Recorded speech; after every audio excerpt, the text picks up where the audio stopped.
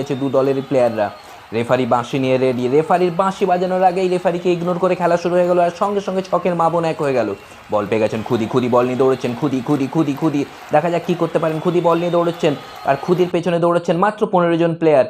এও একটু কি একটা গুরুত্বপূর্ণ তথ্য পাওয়া গেল, যে বল নিয়ে দৌড়চ্ছেন সেই খুদি, তিনি আসলে একজন গোলকিপার। আর ওকে আটকাও, বেরিয়ে যাচ্ছ, জানেই না তো খুদি বল নিয়ে দৌড়চ্ছে। আরে খুদিকে আটকাও, ও গোলকিপার, ওকে বলো। আরে ওকে দাঁড়াও, ওকে দাঁড় করাও। খুদি মনে থামতেই সেখানে বল নিয়ে একাই বেরিয়ে যাচ্ছেন, চঁচা মেরে সামনের দিকে বেরিয়ে যাচ্ছেন।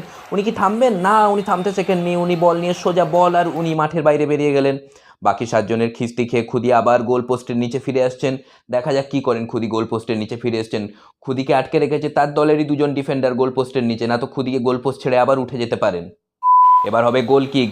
গোলকিপার অসম্ভব ভালো গোলকিপার, অসম্ভব কনফিডেন্ট একটা গোলকিপার। সব প্লেয়ারকে বলছে তোরা বক্সে উঠে যা, তোরা